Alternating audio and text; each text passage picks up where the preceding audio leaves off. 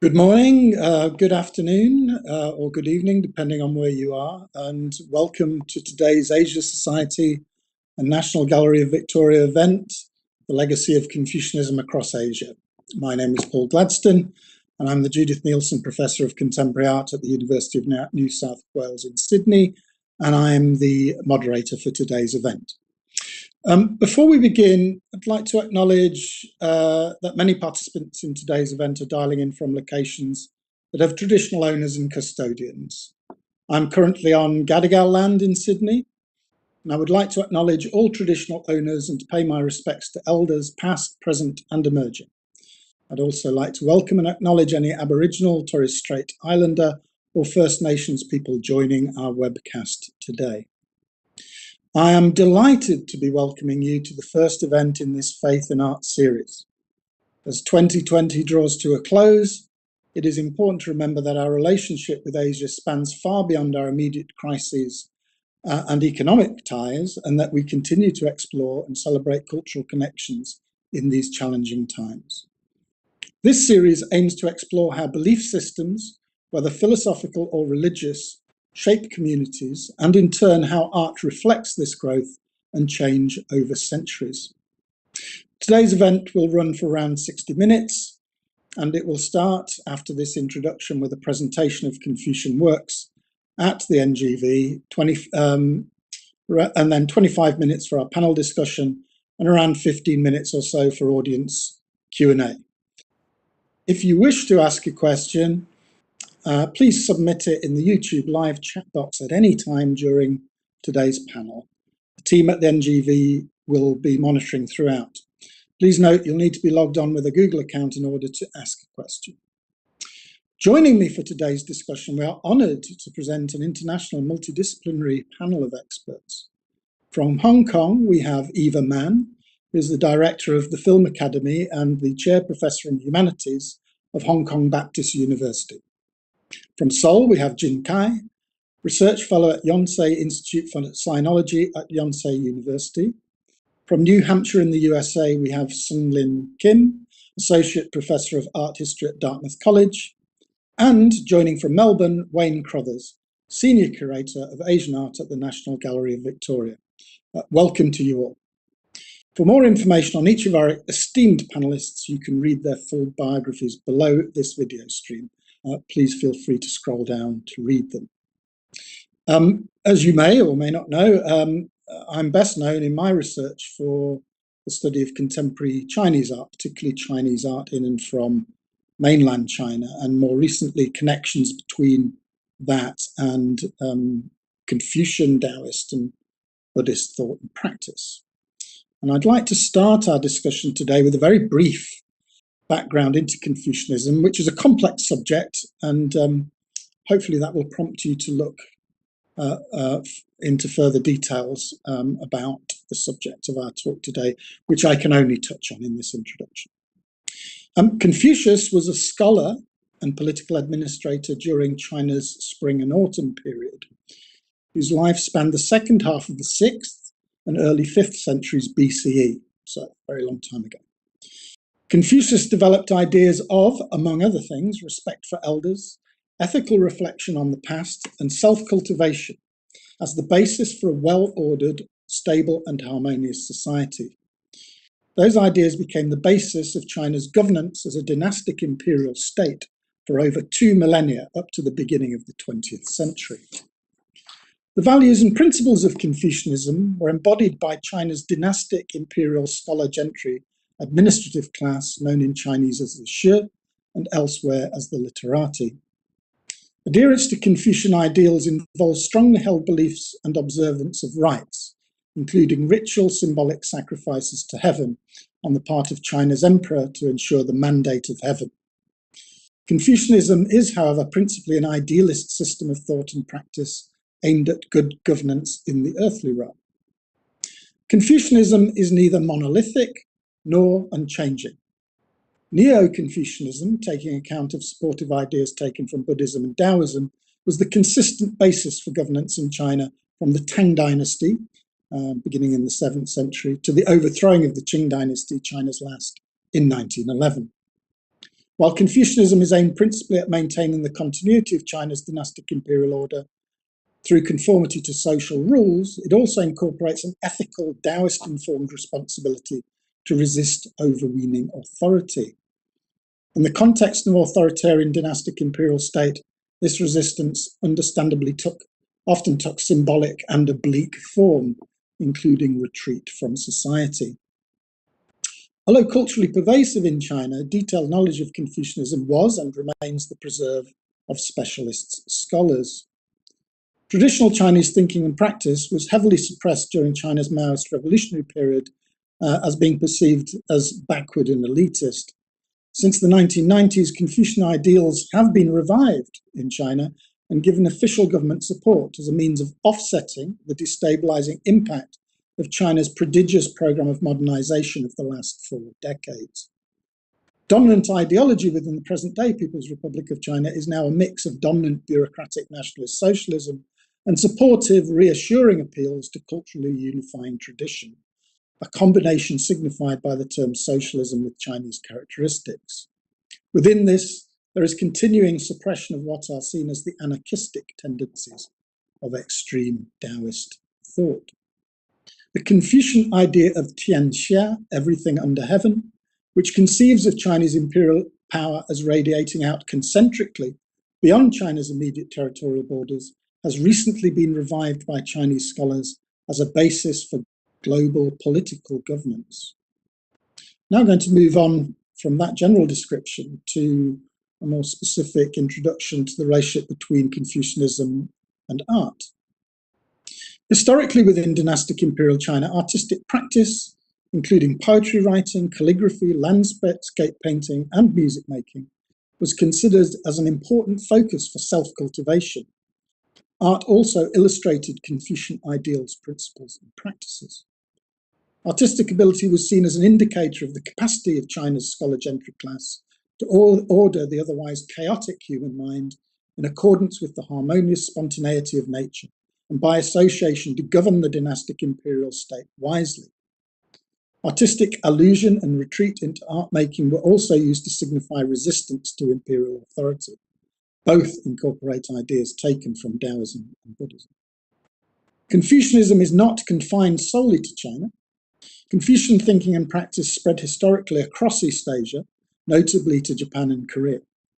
It has also accompanied the worldwide spread of Chinese and East Asian diasporas. The development of Western post-Enlightenment modernity since the 18th century has also been strongly impacted on by syncretic Confucianism. For example, European ideas of free market economics and living in harmony with nature were staple parts of Enlightenment and immediate post-Enlightenment discussion in Europe. Included in the spread of Confucianism outside China are Taoist and Buddhist-inflected Confucian aesthetics, which have impacted on the work of numerous Euro-American artists, among them the abstractionists Mark Tobey, Agnes Martin, and Bryce Marden, and the avant-garde artists John Cage, Robert Rauschenberg, and Bill Viola. Taoist, Buddhist, and Confucian artistic ideas and practices have also informed the development of Chinese East Asian contemporary art. This continuation of tradition is not only in accordance with current political thinking within the PRC, where contemporary art is now co-opted in support of government, it also provides a basis for oblique resistances to authority. A neo-Confucian desire to live in harmony with nature is highly relevant to today's concerns with climate change. China's traditional dynastic imperial order may have ended over a century ago, but its traces persist, as I think we'll find out in this discussion, locally, regionally, and globally. And on that note, I'm now going to hand over to Wayne Crothers, who's going to give us a short presentation on some of the Confucian-related works from the NGV's collection. Over to you, Wayne. Thanks very much, Paul.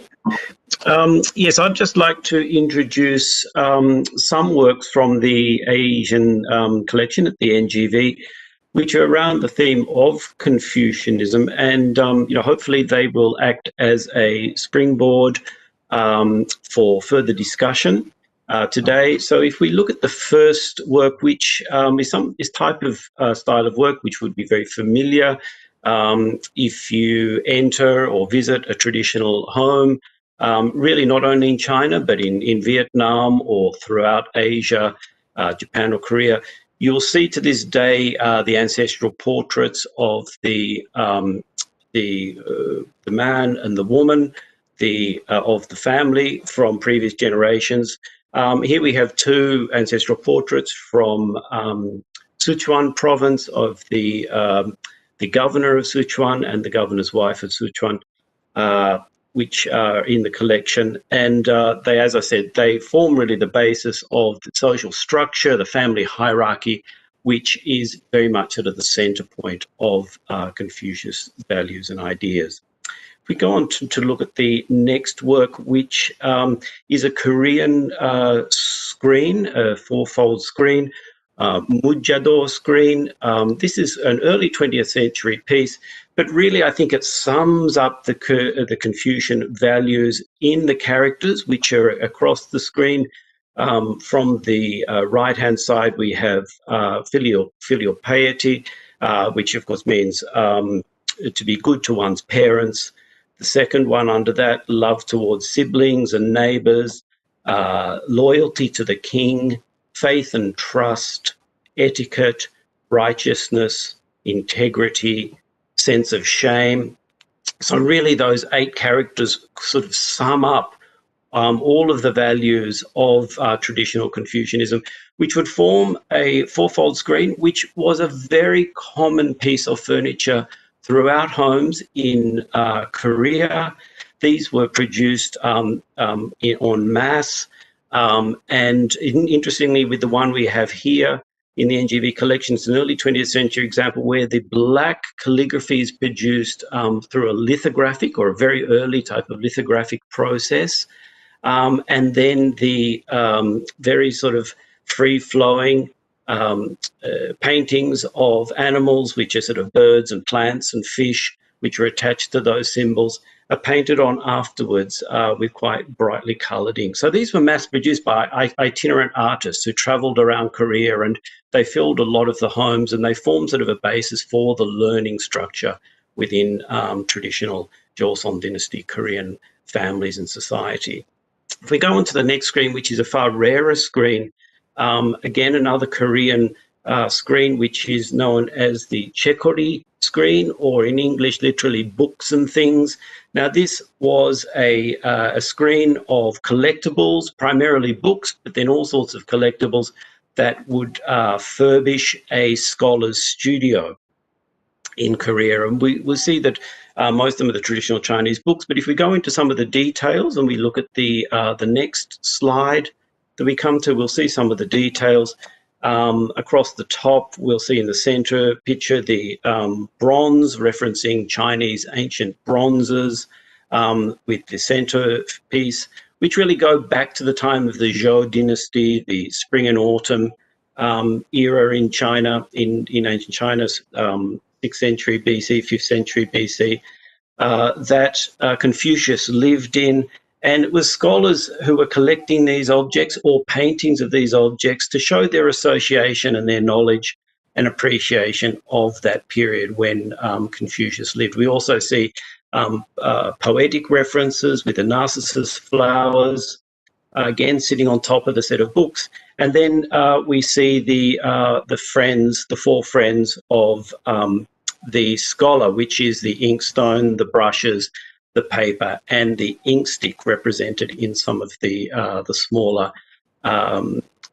details of the Chekori screen in the bottom 2 panels. Now, if we go on to the next image, you'll see one of these books in detail. This was the sort of books which were used by Korean scholars, which of course highlight as one of the main features in these screens that were collected, or they were displayed in the studio of a Korean Joseon dynasty scholar. The books, this one is the Book of Documents, which is a series of referencing Chinese classic literature. And they were used, Chinese classical literature, written in both traditional Chinese characters as well as more contemporary Korean Hangul characters. We see a mix of both Chinese characters and Hangul characters in this book.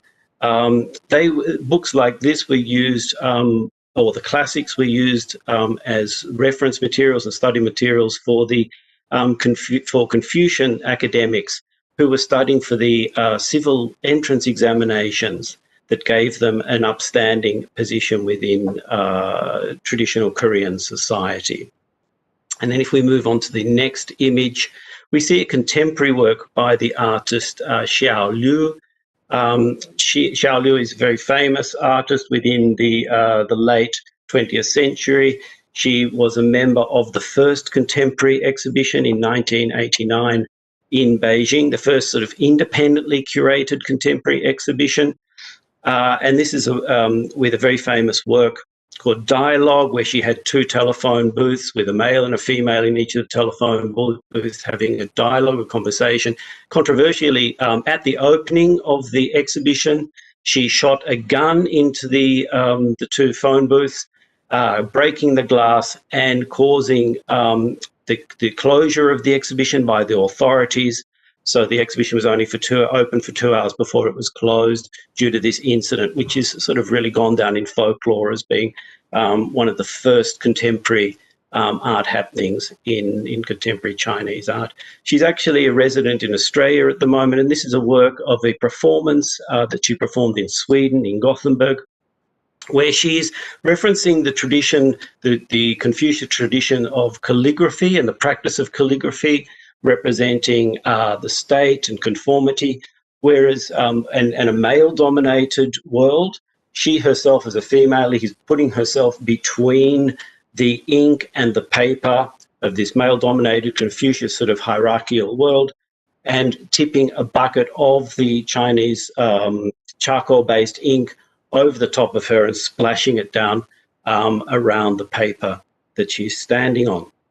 And then I'll just go briefly on to the final work, which another contemporary work, which was at the NGV just last year, 2019. Now, this was a huge installation of porcelain birds by the contemporary Chinese artist Sai Guo-chan, who is famous for working with fireworks, the traditional Chinese medium of fireworks.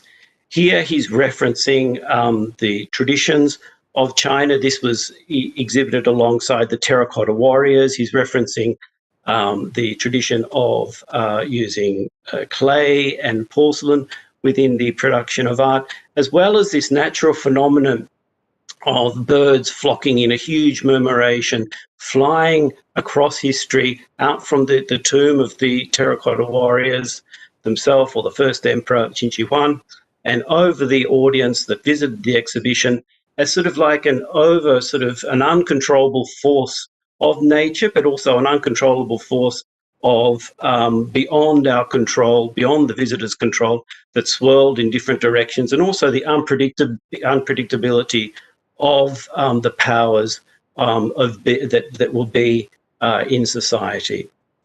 So I will just throw back to Paul to start our discussion with the members that we've gathered today. Thanks, Paul.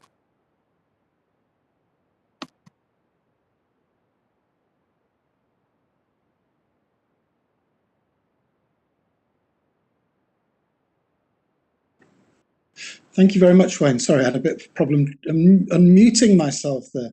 That was excellent. That really, I think, anchors our discussions for the remainder of the session.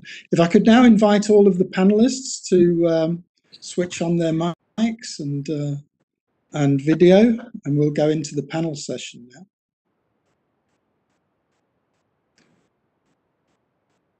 Thank you very much.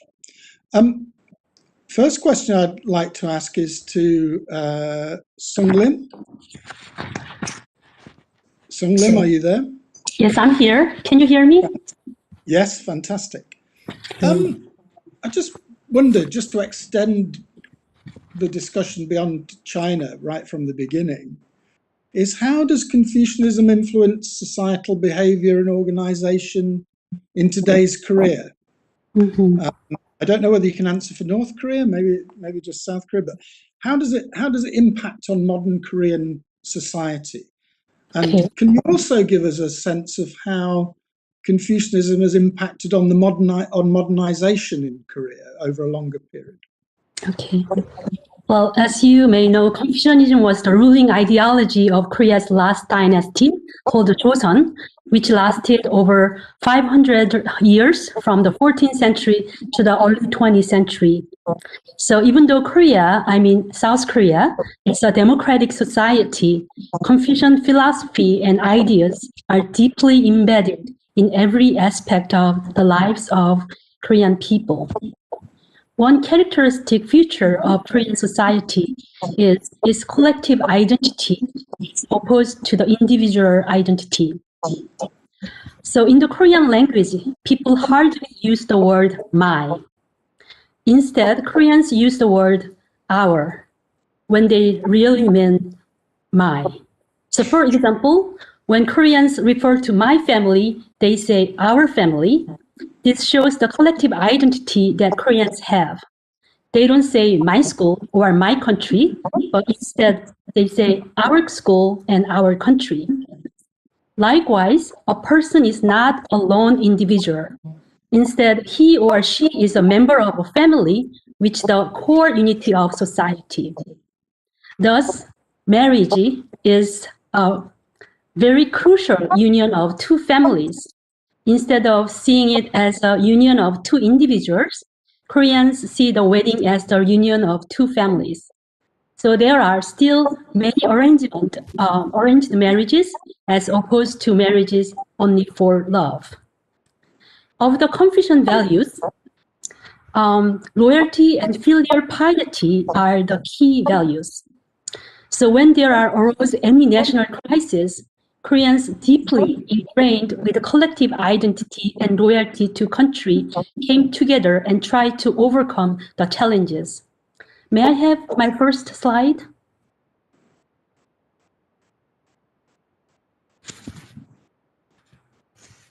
So, for example, when South Korea had a 1997 IMF crisis, that is International Monetary Fund crisis, Koreans had a gold collecting campaign to repay the country's debt to IMF. Over 3.5 million people nationwide collected about 227 tons of gold worth of $2.13 billion. And this is just one example. So may I have the next? Actually, I can skip. This is the, we can skip. Since next, yes. Also, Confucianism emphasized the importance of learning and education. So during the Joseon Dynasty, in order to serve as a government officer, one had to take a civil service examination. In other words, it was a merit-based society, and education was a way for people to climb social ladders.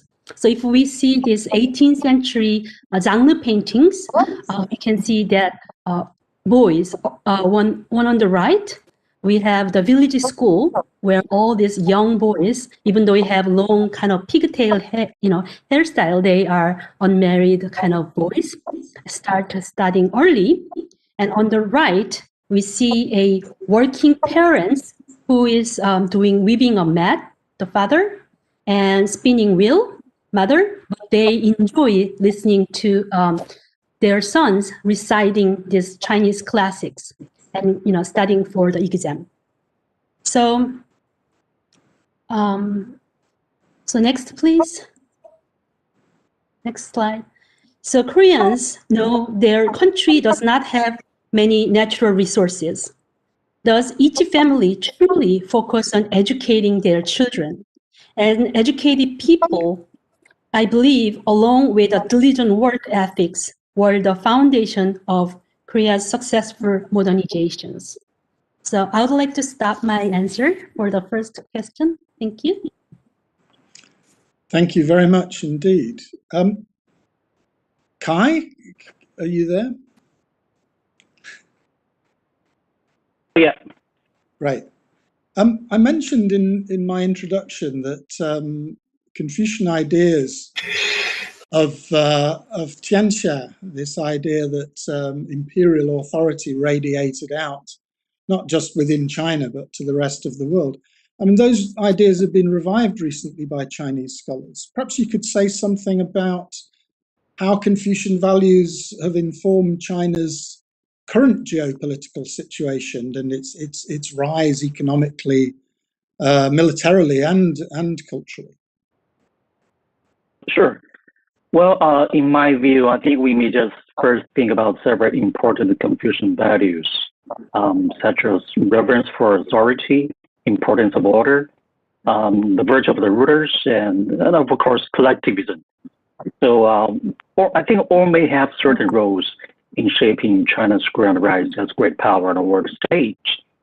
Let's take collectivism or unity as an example. Well, I think most people would agree, and without highly effective and efficient implementations of decisions and policies, in particular when it comes to huge socio-economic construction projects, well, I think China could never have achieved a so-called economic miracle in a relatively short period of time. That being said, I think one of the real challenges or mandates that China constantly faces today is not just how to manage to rise and rise and rise, but how its rise could positively contribute to the international community. And in the meantime, how China and its rise are being viewed by its neighbors, the major powers, and of course the general public outside China. So the point is, Confucian values are truly very Chinese, and I think they may not necessarily help other nations in their intended rise or economic development. So, well, this is my personal view. I think this is one of the reasons why Beijing has always emphasized, pinpoint the catchword, with Chinese characteristics. So it's just China. Do you think, I mean, I think it is very arguable that Confucian values have been a major contributing factor to, and the remains of Confucian values, their persistence, have strongly informed China's prodigious rise over the past few decades, because it underpins a sense of national unity and cooperation and so on. But what about those who've been critical of the ideas of Confucian values being behind China's rise on the global stage? I mean, those scholarly works that I referred to, where Tianxia is being kind of aligned with China's currently strengthening position, they've been criticized as neo-imperial in a certain sense. What should we think about that? Well, I think it really depends the perception of China itself by Chinese and by the world outside China. I think China is not a revived feudal Confucianist regime that seeks, the expansion throughout Asia Pacific. It is a modernizing China that seeks coexistence with its neighbors, with other major powers. Well, the concerns and the worries are pretty natural and understandable. I think China should, convey its real message, its intention, through very effective channels to the outside world. That's my simple answer. Thank you very much. Eva, are you there? Yes. Can you hear me? I can. Thank you very much. Yeah. Thank you. Now, as we said in the introduction, and certainly on the biographies we've included here, your work your research covers interests in comparative philosophy between Asia and the Euro-American tradition, I assume. What kind of relevance do you think Confucian values might have for cultures and societies outside of East Asia? Kai was suggesting perhaps it wasn't so relevant to non-Chinese cultures and societies. But what do you think? Do you think Confucianism has some value in the contemporary world? Yeah. Well, Yes, I conduct a research on Confucian philosophy and feminist philosophy. The feminist philosophy was raised by Western, especially American. They have a very strong force of feminist aestheticians. I mean, working on art. And then I can find a common modality within at the philosophical level. Just, to put it in very simple words, is that Confucianism always want to overcome dichotomies, just like between the secular and the sacred, and the way of, by making living acts and relationship a sacred ritual. And then the Western feminist philosophers work so hard in dismantle the Kantian, or starting actually from Plato, so-called the dualism, the subject and object, male and female, all kinds of the dichotomous model, which can easily, generate some sort of power relations, one over the other. So if we talk about Confucianism at a philosophical level, you could see that they talk about harmony of yin and yang more than that kind of duality. Duality in a positive sense is that yin and yang work with each other. So this is actually an ideal model that the Western feminists would like to turn to. And then I find that Chinese philosophy is such a very resourceful reference for them because of the philosophical modality. So because I'm a philosopher, so I look at things in that way, but it also applies to social life in a sense. So when we talk about Confucianism being so patriarchal, because they talk about the 5 relations, especially the husband and wife, father and son, king and minister, blood and brother, friends and friends. Sometimes it's also generate an absolute power structure. So, what can be the way out is that you have to go back to Confucianism as a philosophy or as a cosmology that they emphasize on harmony. That will be a way out when we develop the theory. So I better stop here. No, that's absolutely fascinating. And I think perhaps we can make a distinction, can't we, between the way that Confucianism underpinned a patriarchal imperial society and the philosophy itself, which in its syncretic form, that's to say influenced by Taoism and Buddhism, does have critical resources of the kind you're describing, ones that perhaps unsettle rigid structures and rigid binaries of the kind that would underpin a patriarchal society. So there's a tension, perhaps, in Confucianism between the way it was used historically and the kind of critical values and resources that it might have inherently within it. Yeah, I totally agree. And I agree with Song Lim, as you point out, the collective ideology, which works very well with the current so-called the Chinese style or Chinese characteristic of communism or socialism in a sense. Sometimes you may wonder, communism in some regimes may disappear so quickly. But in China, after 1949, it's growing stronger and stronger. It seems like, we didn't see a signs of recession talking about communism. And why is it this way? It's because of the collective ideology. Yeah. But the point is, Confucianism also have a sense of religion. It's a civil religion. So back in the 1990s, French sociologists or anthropologists conducted a social research and saw that everywhere in China, even with a very prosperous cities, economic cities like Canton or Shanghai, they have Confucius temple.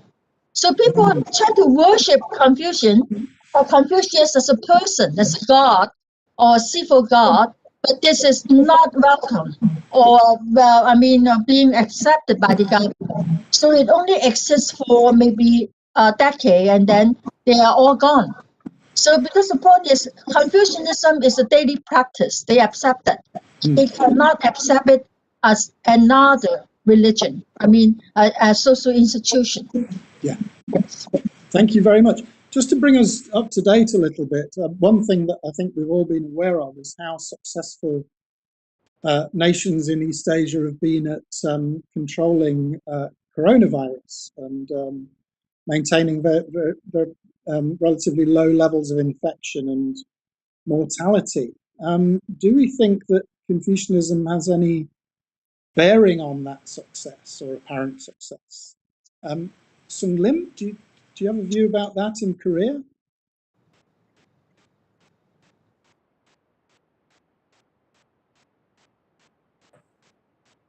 Oh, I'm sorry, Paul. Could you please Sure. reiterate your question? Yes. East Asian countries have been comparatively successful with COVID. They've kept infections and mortality down to comparatively low levels. Do you think Confucianism has any bearing on that success?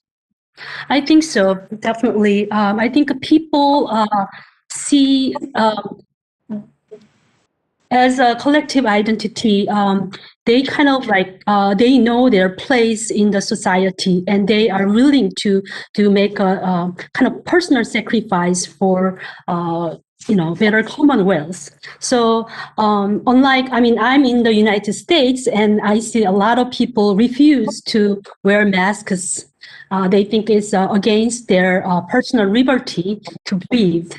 But in South Korea, they did a lot of like tracing, tracking, and people agreed or to follow all the instructions. And so I think that way they had like big success in doing against COVID. And what about elsewhere? What about, say, in China or in Japan? Does anybody have a kind of view about how that Confucianism might extend to successes there with regard to COVID? Well, I just want to add one word. This is the total obedience. If of course, some in rural area, we could see some, farmers, they just run across the street, didn't follow the order, and you can see the public police, the Dong'an, just try to suppress them and even beat them. You could see news reporting. So it is a very suppressive atmosphere. And then they talk about public good, that everybody should obey, and or maybe like Kai has suggested, that there's no individual sense of freedom in front of public good. So within a very short period of time, we didn't see a lot of cases or increased cases, only bits and pieces. So somebody will think a totalitarian kind of state is the best friend or best enemy of the weapon to the COVID-19. So people tend to agree with it now.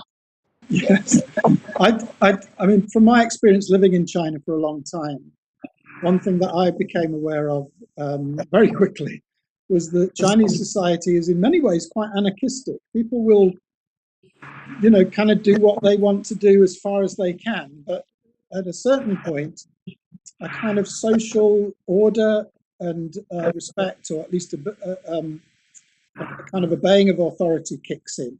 There's a kind of yin-yang relationship there between lawlessness and a kind of a more rigid obeying of authority than one might get in sort of Euro-American societies. And one can see that at times of great stress, this can be quite useful to a society in bonding together around a common problem. Yeah, Paul, if just on the COVID question, just a little bit to add. It's interesting. I'd be interested to hear a little bit more about the Chinese and the Korean side of the social way that it's been dealt with. But in Japan, it's quite funny. I speak to some friends there, and of course, countries have a great pride now if they're dealing with COVID. It's like in Victoria now, we're all very proud because we've sort of dealt with it. But it ebbs and flows sort of out of everyone's control, which is quite interesting. But one of the things of probably Confucius aspect of this is that the authorities often are not completely open with the distribution of information and statistics. And I chat with some friends in Japan, and ones who are very sort of analytical of the situation, they'll say, well, actually, we're very used to not being told the full amount of information, statistics, checking, everything is very controlled as the government wants to release an image or a response to a situation. And I think that also is another very interesting sort of, discussed component of that Confucian control, and perhaps why some countries appear in Asia to be doing very well or better than others, like perhaps in the US, where everything is just a little bit of a free-for-all with information and exposure of the situation. Absolutely. I think if we now move on to questions about the relationship between Confucianism and art and artistic practice and aesthetics. So here's one for you, Wayne, to begin with, around the relationship between Confucian ideas, maybe Confucian artistic practice and aesthetics, how those relate to contemporary art in places like China and Korea and even Japan.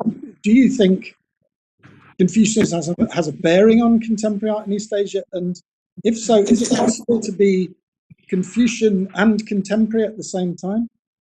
Well, I think as being a social base, and whether Confucianism can be interpreted as a religion or a philosophy, people would think more perhaps it's a philosophy or a set of ideals than a structured religion. But throughout history, whether that's politicians or people with ideas or rulers, they pick up ideas or philosophies and they use them to their own advantage, or they reinterpret them in their own way, which is something that Kai was touching on with the Chinese authorities, as well as Eva.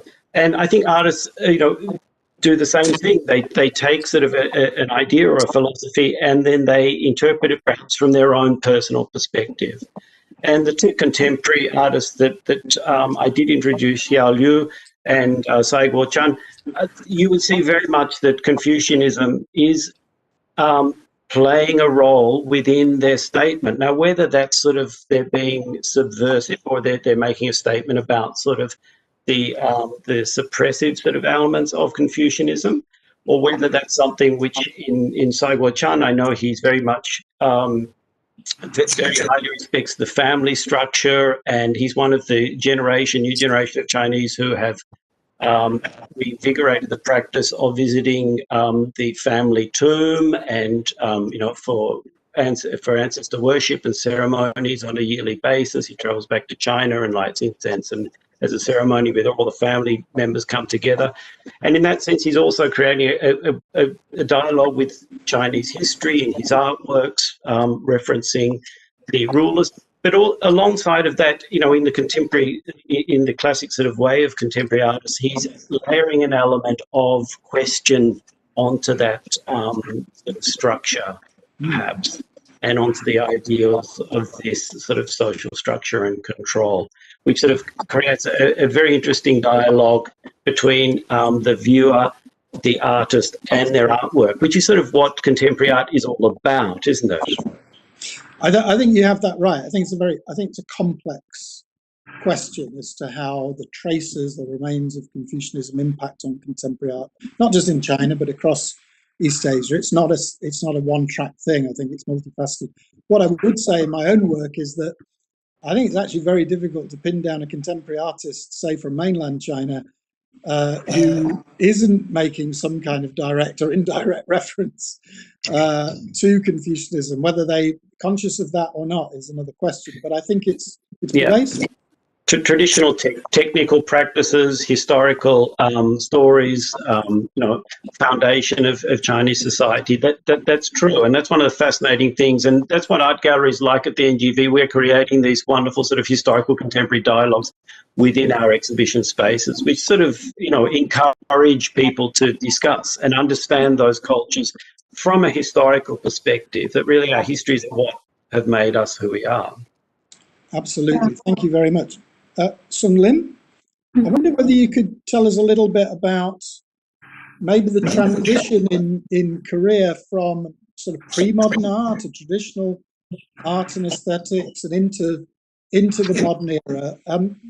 What role does Confucianism play in that transition from the traditional to the modern? Okay, I think Confucianism emphasized simplicity, modesty, and humbleness, and these attributes were reflected in Korean art and culture from pre-modern times to the early 20th century. So May we have a slide of pre-modern Korean architecture? Yes, this is it. Okay. So if we look at this slide, this is a residential architecture for ruling elites, Yangban house. And as you see, like both exterior and interior are left white without any colors. And rooms are simple with minimal decorations. And as Confucian values, like Confucian relationships, the men and women, husband and wife are, have distinctions and differentiation. So there is a men's room, and we see the men's room here, the master's room, where master has, have meal, meet friends, and do study, etc. And as you see here, is pretty simple and minimal in their furnishings. And just have few hanging calligraphy and low tables, etc. And as Wayne, said earlier, you can see the 4 treasures of the this master's studio or scholar's studio. Okay, and next. So I think this simplicity really goes well with Korean aesthetics. And likewise, Joseon people liked white porcelain the best. So these are the munjar, very unique Korean white porcelain from Joseon dynasty, and blue and white porcelain bottle, again from the Joseon dynasty. So if we compare with her neighboring countries, ceramic porcelains, next please. Next slide, please. Yeah. So one on the left is a porcelain from Qing Dynasty. And one on the right is, again, porcelain from Meiji period Japan. And they are overglazed enamel, colored. And Koreans, even though, Korea was one of the very advanced country in terms of ceramic industry in pre-modern period, they never really developed any overglazed, decorative techniques. Instead, they just kept all the decoration underglazed. So, and also next.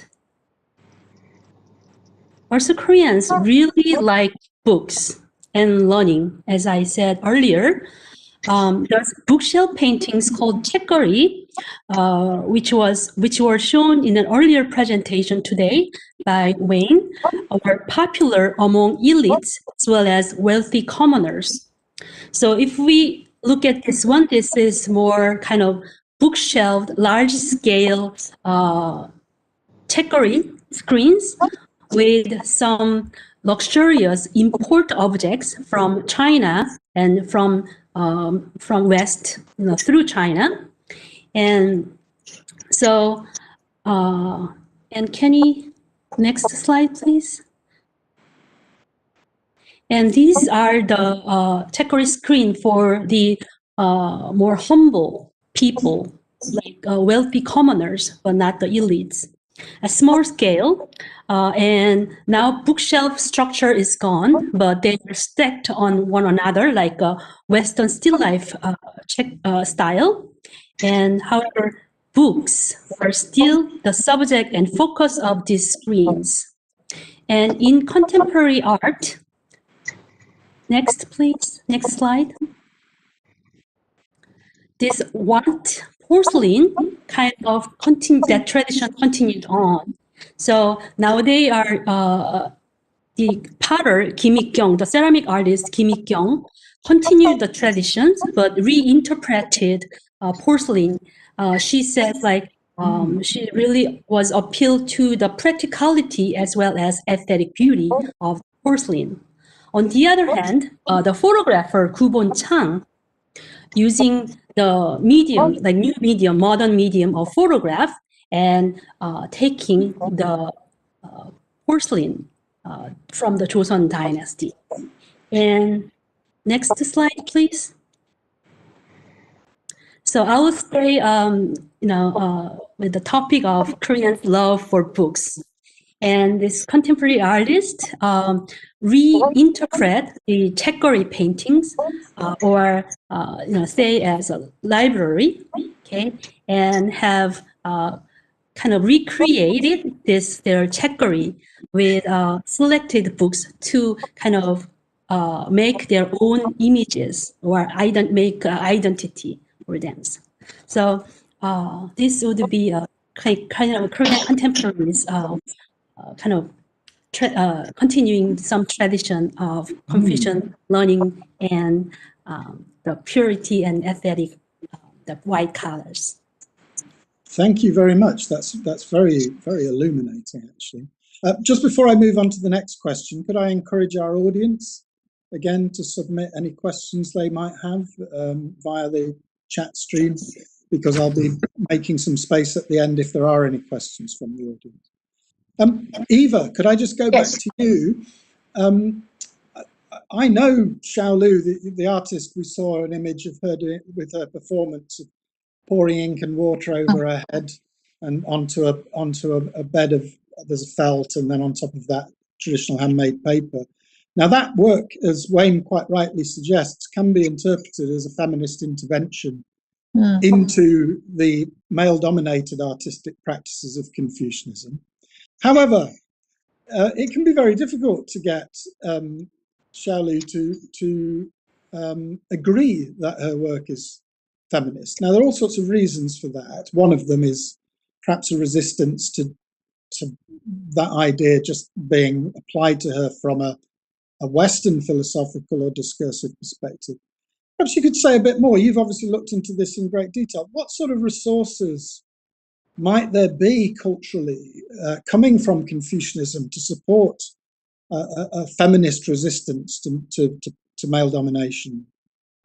This is interesting, because if you talk about resources, that means it is a ground for rebellions, a ground for subversion. Say that kind of so-called behavioral art are very popular during the 80s and the 90s, but not now. So you could see that Ai Weiwei was being criticized, or that he has been under observation for quite some time to a certain extent, and the political pop, just like Yu Minjing, that kind of smile, cartoon, sarcastic tone was gone too, now under Xi Jinping's regime. And then if you read from Mao Zedong's 1942 Yan'an discussion, the Forum for Art and Literature, until Xi Jinping's, in recent years, his new agenda on art and literature, you could see the Confucian variations in between. Is that what art should be?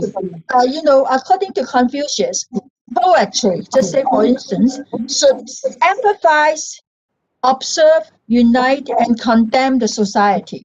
So everything has the social function. You don't do art just out of nothing, out of the blue. But actually, in the ancient time, Confucian art or aesthetics is based on the spiritual cultivation of someone. The root of an artist is the spiritual and moral cultivation. And now they talk about the moral cultivation is for the union of the society or the union of a party. We could understand from the political point of view. So actually, I would like to turn to the ink painting. Feminism, I think it is very interesting. Most of the women artists in China do not claim themselves feminists. That's right. They just think, I don't like that kind of label, or maybe that label is very dangerous. Okay, so just like if you call me a gay or lesbian, I will have some sort of troubles. Why should you give me that kind of label? But the point is, if you look at ink painting, it is very interesting because it is telling their stories. Ink paintings are not ink painting in the traditional sense anymore, because contemporary ink is strongly expanding its range of expression and mingling of all kinds of techniques and media and installation that you can recognize that it is ink in the traditional sense. So we are reminded to avoid the illusion of the existence of a privileged domain of ink. There are only possibilities of ink painting, inspired by new experiments, especially in the process of globalization. When you see Chinese art in the art market, in the global art market or art fair, they are really making a voice or even a noise, very stunning. It is not traditional, quiet type of art. And I was amazed by Sung Nim's illustrations, that it is so regular, so rigid, so much in order.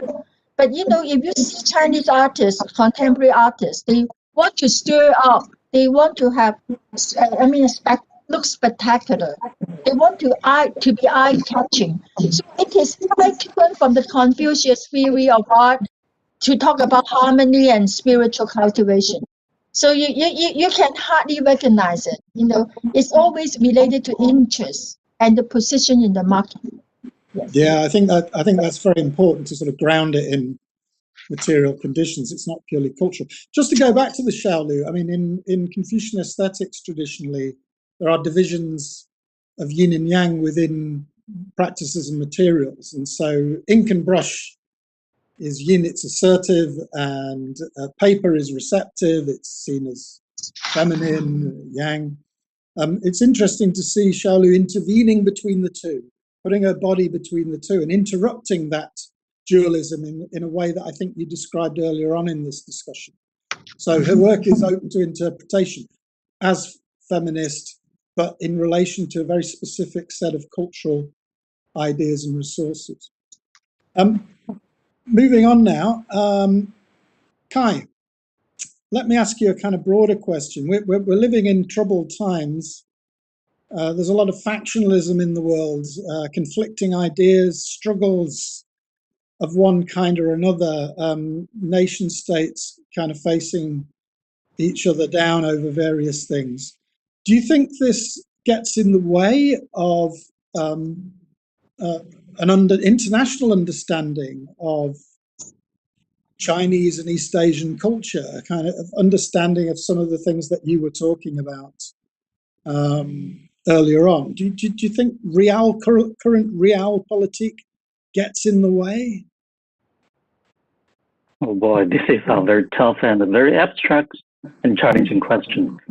I'll try explaining based on what I can read or what I can comprehend from the current situation. But I have to confess that I have a little knowledge in art of Confucianism, or not to mention, the linkage between Confucianism and Chinese foreign policy, etc. But coming from a personal perspective, I mean, yes, there are enduring diplomatic strains surrounding China. For example, with Australia, with Japan, even with South Korea. But that's only one aspect of the overall China's relations with other countries. As I mentioned before, the point is, it is not a revived feudal Confucianist regime, or not so-called evil communist regime that seeks an expansion throughout the world. No, I mean, it's a modernizing China. It's just modernizing China that seeks coexistence. But the problem is, its diplomacy may have brought concerns and worries to other countries, which is very natural and understandable, given China's sheer size and its evolving position in the current international relations, which is also changing all the time.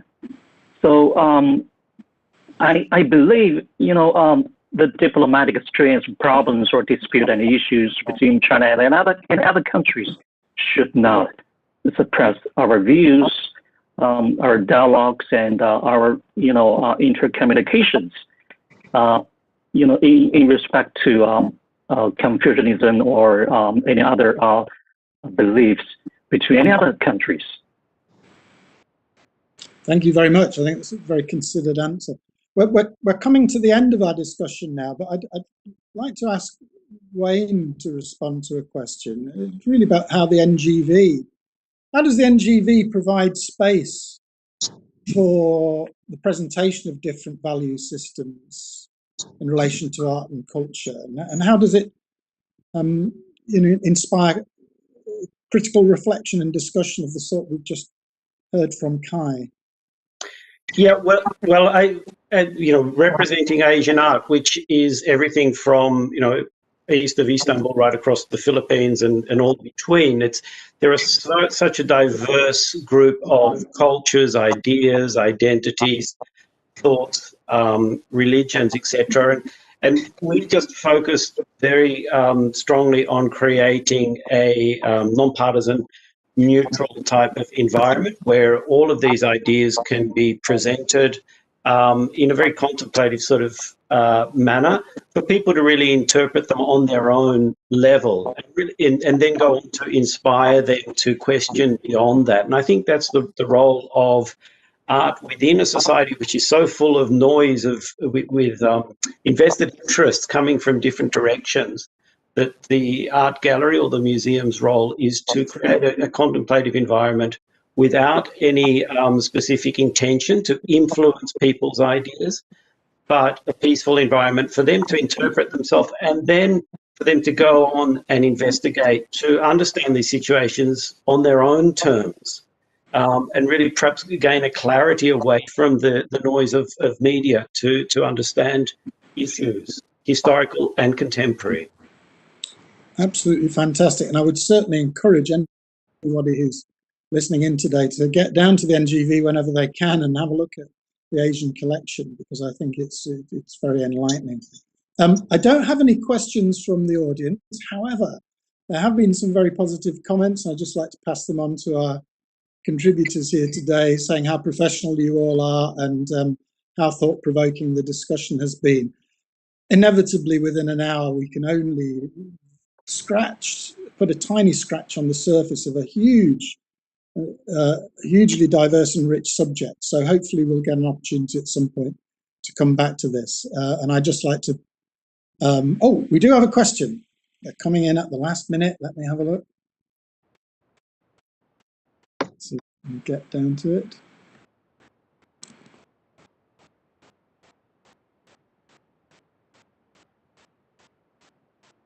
Oh yes, the items that you were showing, Wayne, are they all readily on display at the NGV? Asks one of our audience members, Mary. Certainly some of the pieces are on display. I mean, the collection, like any museum, it's much larger than what we can put on display, and then there's the limits of time exposure for light sensitive objects.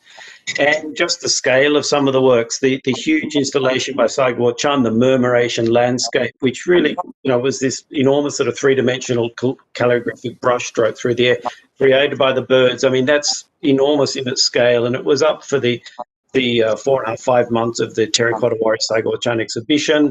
The NGV has purchased that work, as well as all the other works that you saw. So they're all available online, is our